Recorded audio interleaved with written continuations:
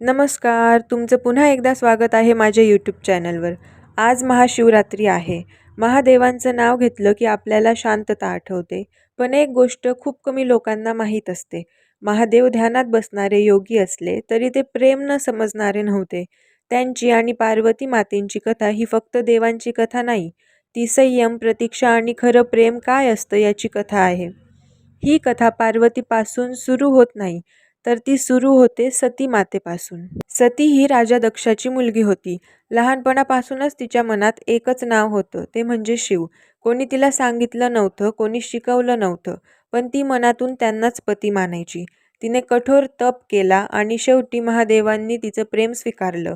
दोघांचं लग्नही झालं. पण सतीचे वडील दक्ष राजाला शिव कधीच आवडले नाहीत.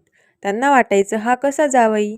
ना राजवस्त्र, ना दागिने, अंगावर भस्म, गळ्यात साप, स्मशानात राहणारा. एकदा दक्षाने मोठा यज्ञ ठेवला.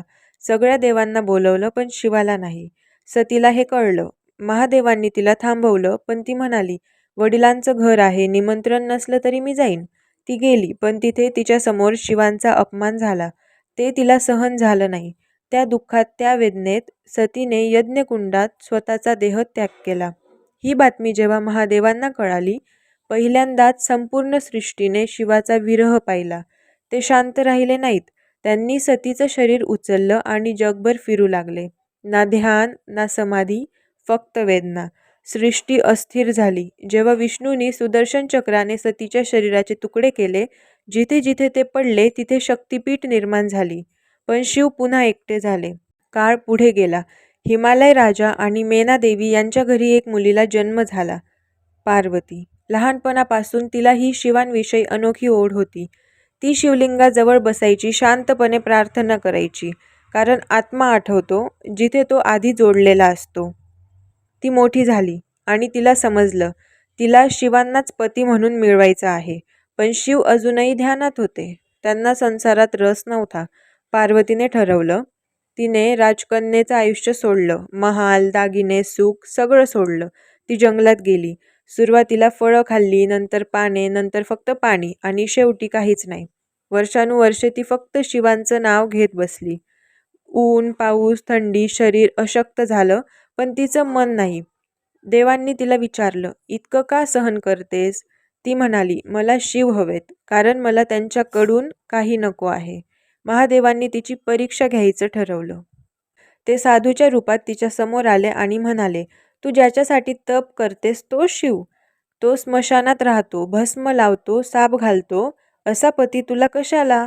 पार्वती शांतपणे म्हणाली, तुम्हाला शिव जसे दिसतात तसे मला दिसत नाहीत. मला त्यांच्यात संपूर्ण विश्व दिसतं.